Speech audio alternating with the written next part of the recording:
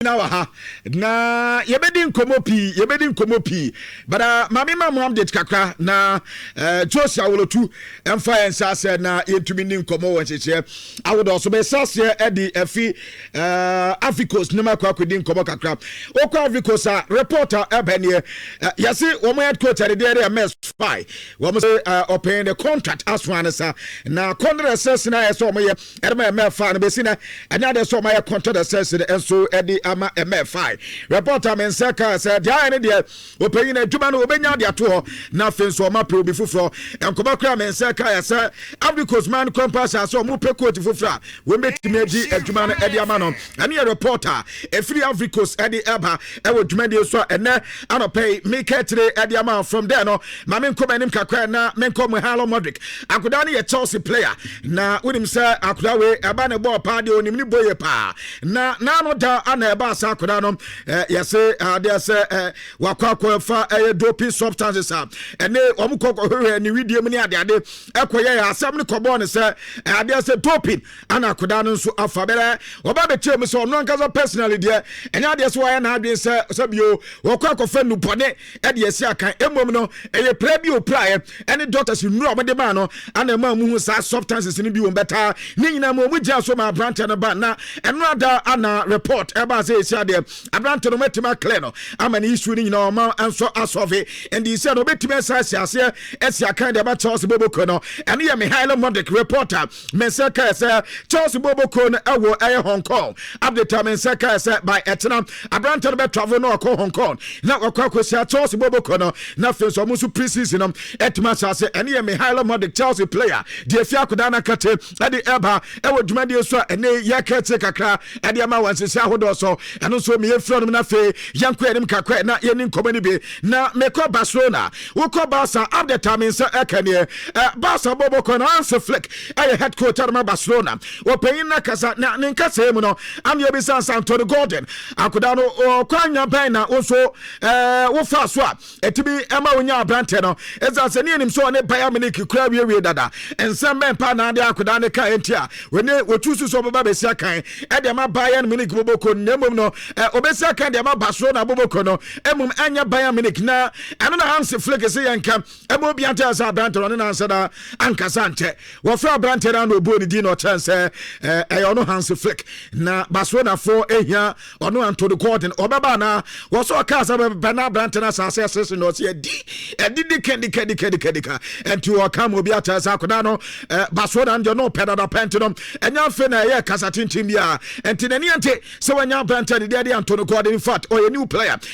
bia so batima with me say the first start no eni amana eyade se etotwa kakra but afa no ni team ni chale ye wonim say abrante no kura prospect pia ebetimi aboama tima de de Barcelona etima kora nim ye pa eni reporter Antonio Gordon be pato efra kodana kate adi Hans Flick and yes be says isi no season eba be sasia Barcelona supporters no ade no mo ntwa nim no so league na say afia twa munim say last season dia say ne be the Champions League ne Barca for so ombetime ade Copa del Rey jomo so ombetime ade league no ade so na so in fact sa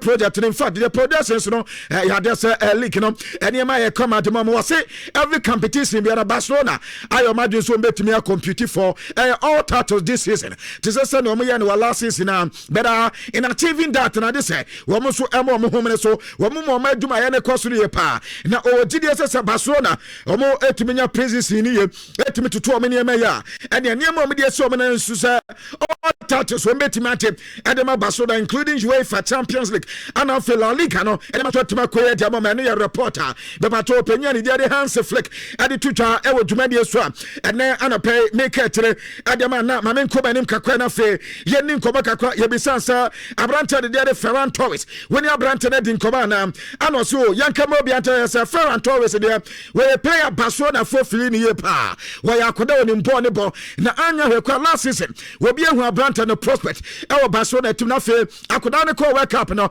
ye hu bo na akoda ne ko boye na ne obetimi akane time no o World Cup no ana na wani akoda ne din komo bere mpempe de akoda no vacations and to person obefa akoda no esansa o deserve say o enjoy the vacation bo na wo bo trophy awate Ediama Spray man sir akodari tinani eso otano emomoba anafa branto men betina se na fenso konto na negotiations no we met many Ferranto we sensoye eno Barcelona head coach Hans Flick enkobaka ko ade twitwa e wo dwumade so ene anopa me ka tire jama now me ko Argentina na makwa di nkoma kakra winim sa na no da na beto dwasa Argentina isi ade akoda wiswa ba ko a we pie ho pie body team aya branch ade team edi Kiki Ramos na the only black player I was see akadema team and the Argentina na say Argentina man no be pato ni di ankasa edi Steven Kiki aya Ramos akoda ni team na wono ya wono hate na 2010 yese asaso so na esi wo hate no ana eja ade say wono so akoda we so timi survive ye no ana enkofo bi amu Argentina wamati abrante ne adapte no sombe ha akoda no ana omede ne ba Argentina na no da sisi obi aba akoda na ba so no ana manfa sa Argentina the racism there womede mintintima ye pa enti santofo twi womutetefun ane ade no mokọ abrante no mbisa so ya dis Argentina there oba ho a racial abuse no we are there say wasu ye pa na racial obi abuse ana odo so dabi in fact since we try ne na waba ayo man ne dia Argentina no enya de se sa ne ma na yetete no wono ebi ato no ane ebi sa so okay na shetumi ne nkoda no bibi sa sia na no so dabi ane omokọ campa wo nyina ye as a team as a family ane onu nso hunti se bia wo wa adwen ya wo se Argentina for racism but onu Kiki aya Ramos say Baka to sanya sa ana Argentina man no so etie ane ankoba kakwa so akoda we ade twitwa e odwumade so a ene anope ye ka tire dia ma na mamenko RB Labs kena menko di nkoba kakra abrante de dia Jean Diamande am de tire say na won say abasa akoda do ko Madrid am so Madrid for this kako 100 million euros me pato dia ebane sa 100 million euros no anya de say tima ni dia de RB Labs adi tumo na yesi finra ebepim in fact maminya ni say e finra ti ebepim nra ene na no pay team and it na de RB Labs ke say womunte madedenka na so munyante madedenka dia yase omoko Austria no omoko na Saturday anopa ya no mutu no mako Austria na omaka te Jean Diamande say up to ananopa say Madrid anka bibi amfanto mo dia Austria no omoko no nya na adwe say wono mo na Austria no womuko preseason womuko ye preseason ho ansa no matima ba enti say Madrid if so mo pa brante na dia na nko mo show mo ahomatin ene na no pass Madrid ebetime dia another bid ediaba but in paper ya make say there anya de say bid bia enso akọ ebia ye so ya sa bid ne ekọ a me de one bid e better o eno da ya sa brante no I have ne personal training ana no ankasa ya enye one ye entertainment nyina ana ye training ne gym worker akoda ne ko nyina wono personal gym work na akoda ne se ne ebe betuma stay fit e de matim ne de Madrid better Madrid bobo ko ne besina wo munya mfa another bid bia enya nkọ 100 million euros na wo me de ko ya RB Labs ke so monti no eno no mokwamti ya sa brante na nkasa de wakate RB Labs for say anka gbere ya omunya betre emfam no adetum say na omukọ Austria so otwan ne de betanka tim no emfanta no omunika wo Austria na wone made negotiations no won baby betima kwakosi ansa no betwan ne tim na wetima dwan ne tim beta ya say RB Labs ke say wan so ye player de wo munyina omutu a wo mutu enso bom entade say Madrid eye nkunya bi entane ye reporter menseka ewo dwumade so ene anope medi hun koba kakra ade ma na ma men ko finish so tunia jendi finish tunia hun koba kakra na finish so tunia yi ya say in a probability no wo we say brante ne betima atwane team and dey Arsenal this summer ya say me say wo for me pa wo mu reti around 44% enyan do 50% the crowd say abrante ne bia obeba Arsenal anaso ma reporter menseka say when we are there betima ya tendi ama Arsenal ebia this season ebia this next season ana Arsenal betima nya brante ne dey finish so tunia wo betima nya akoda no ene ya 100 kakwa so ayaba ewo dwumade so ene anopa me ketre adama now ma men ko PSG men ko din koma kakra na wonim say PSG wo mo akoda de din ade do saye twe wono esa candidate ma e de France national team na ne nua ba ko ade Guala Dre wonu si akan de ma Africos na wono enso esi akan edema Strobo Bobo Kono oh friendly can reporter men say yes PSG eso mpesa brante ebe backup edema Ashraf Hakimi egwa Ashraf Hakimi plan eya na ntenten wa hono emu aya din ye pa de amomo uko PSG team a player ba ko osi akan ye wobo minute do pa no emu ba ko ya Ashraf Hakimi enye game bi akoda ni jam na PSG few say woman we no man pe backup papa bi amfa man akoda na so break it down ebetima ho mu ye pa sisi omu pe league ate omu pe UEFA Champions League ate and this akoba so man here backup ene betimi abo ama Ashraf Hakimi ne nema tima go de kakra be ha dwene and isa branta ne de Guala Dre a ne nua ene to saye Dre no wo mo so ehia akoda na wo ma sa so mu di sankoma no ene de free PSG akate edi aba Douglas Lewis enso a player ade ma tufe na udim sa akoda we ya so first be pre enso ba akoda no ho na wose yan kamo bi ante asa wo pesa wonya another season abo team and the trophy na ni die pa pesa stay no ye tuma ne dima trophy to Boboko no ebi obetimi enya another chance na jam wetime prove ya chance and papa no won mini poye pa ado brante the team edi Douglas Lewis wono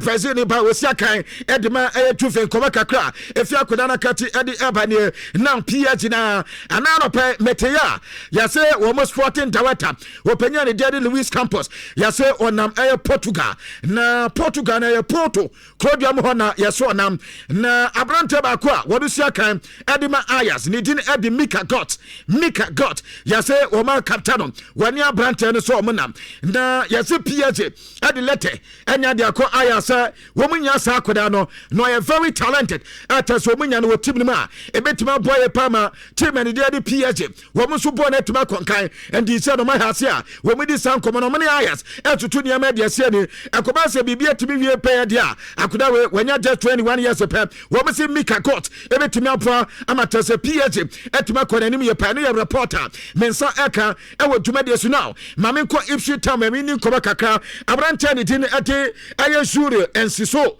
ata se wono ye Chelsea player ana Chelsea de ma Strobo Bobo Kono jure enseso reporter mensa kan esa Ipswich Town ani abrante di nkobo won peso munya na fe oba back to England obey aduma no na fe so enema nyina ekoye edema abrante di tin edi jurio ensiso atasa no aye reporter eba ewo duma di so na meko FIFA na makoko di nkoba kakra eno ada ya di Infantino enkoba pi edebrao na yase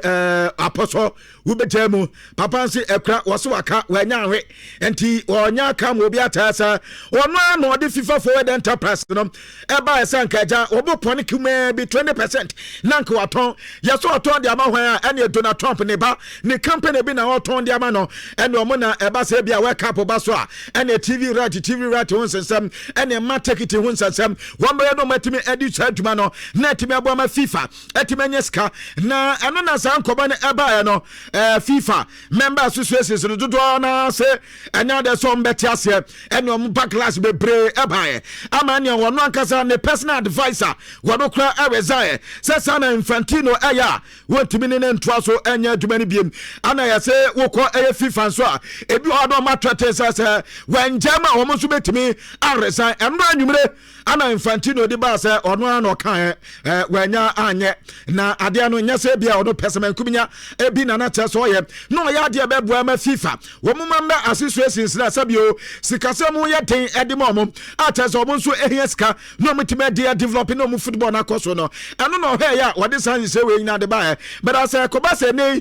omo ye adwuma de amom so mani nyu a ono nkasa waja afi efinra ene nei ekwa nyina no sa FIFA forward enterprise no waja ho asamka eno ye reporter abaye ewo dwuma de so na Infantino sa report ne ba ya no se wo barzan ayefo na ekasa asam na yasi UEFA for say open we mu hia no e FIFA as a FIFA president esan so no anya football ana na nidi atire je na nidi atire pa politics ento man kaza ko hwem wo mo de ade ba FIFA for when na ene UEFA for de ne ba mo so openya ne de na sa Kalafi yaso bobo anasa Kalafi so ndie enya de so beye bara mame opanya ne de Victor aye Monteglania na mini opanya no nkoma kakra na wunya Victor aye Monteglania mbato wonu say no yase one dia waka ne pay so onya FIFA president na ope na Victor Monteglania yaso kokon nkakafa wonu na wayo omo president edemo atazo otwama relaxing kompapa na yasan toaba ediamano reporter mensaka yase yaziko nkakafo na say denti omo alliance with UEFA cry say wo mu wagidie pass omo president a ne din ede Victor no wonu so onya FIFA president obeye na omo so omo dodo 41 ana wukọ UEFA so omo ye 55 wukọ omo nyina aboma 96 wo be say 96 numbers no omo wono eno na betimi aboa amo panya ne din ede Victor Montegliani wonu so ko ba se wo kwa kodase yanto de so aba no onya FIFA president a wo metimanya nti sadia wo mu ni UEFA akomontam ede ase ni ye pa wo mu nya sa 96 out of 211 na e ba so mo trouble mu wagidie ye pa se ene ma betimi so akoye ede ma no ye reporter mensa kam na enya opanyi a wada screen so nkwa yase Matthias Grandstrom anafe Darius Mitoski yaso omo so eso munya ya wo mepeye pa ateso mu didi hu nkomo kakra eso na adese FIFA general secretary ayo penya ne jade Grandstrom de yaso akatom so de ade na yende se akoba yese Infantino nko no mu probi de na dina ono wa ready ateso no so betimi aboye pa ane nkoba kakwa so a efo no ade aba ewo duma de advisor ani dina de Carlos Cordero atase na no da original no wono so se no mo so mo hwe no se bi ono so betimi enya no mo diama no enyo no kwa yase wokọ the Asian Football Confederation so a ade so mo so no edin koma kakra ahwese bia wo metime enyo panya wono enso ya president edimo mo Sheikh Salman bin Ibrahim Al Khalifa se anka bia no so betime ba bagina na sa papa no wo mo hwe ni din a emese won se da enya ready so betime akọ contest opanya ni de Infantino ebom no Victor Montegliani wono no de wayinite entani a reporter every FIFA kate at the eba Rafa Onyedika but from Club Bridge when you join Anton Frankfurt at as agreement no menya rete aka a proper announcement so almost 10 million and at almost 10 million euros and at Abrante Onyedika and so at the join and come back na Matthias Jaseli na sisiade adiano enya akoye Jaseli wono training Newcastle bobo kono yazo compensation bieba na compensation omutua edi ama the former club eno ye ale no eno 11 million euros and yes car yase team and the Newcastle and so atua contract wo bedi ma papa ne 4 years so 20 30 eno penya ne din enso de Jesele jefi na kate edi eba ewo dwumade esu ne Lucas Henexik reporter mensaka yase goalkeeper yase Newcastle di hu nkomeye pa na ni release clause 25 million pounds yaso ma activity akura beba na no so timi aba beda go post mo adi amatima ni di Newcastle ani nkoma kakra so a eba na oye goalkeeper erma Sporting Braga afi no mo heso betime wiefie bibia nkoma kakra ne abranta ni di Nhyira Bryant wado so as a free agent no watwani Ayas Boboko no 3 years contract ana mo di Nhyira Bryant entane nkoma so a etotwa ewo dwumadi so ene anopɛ yɛde ne nyinaa ɛde adan weso ana yɛtina na fe yɛtumi ɛte ensam no diama proper Nhyira jonoma wana kan radio sesi dia sentiment na ati ɛde atumine mama mro fi sɛ Chelsea ebo friendly game na sa friendly game na Chelsea ebo no afi na o ma start ya ne sa wo bia enya ensie bi wo me Tottenham Hotspur ana ebo na as they were near ma be ko nyina no na yetimi ama wonsa aka ewo eye dwumade so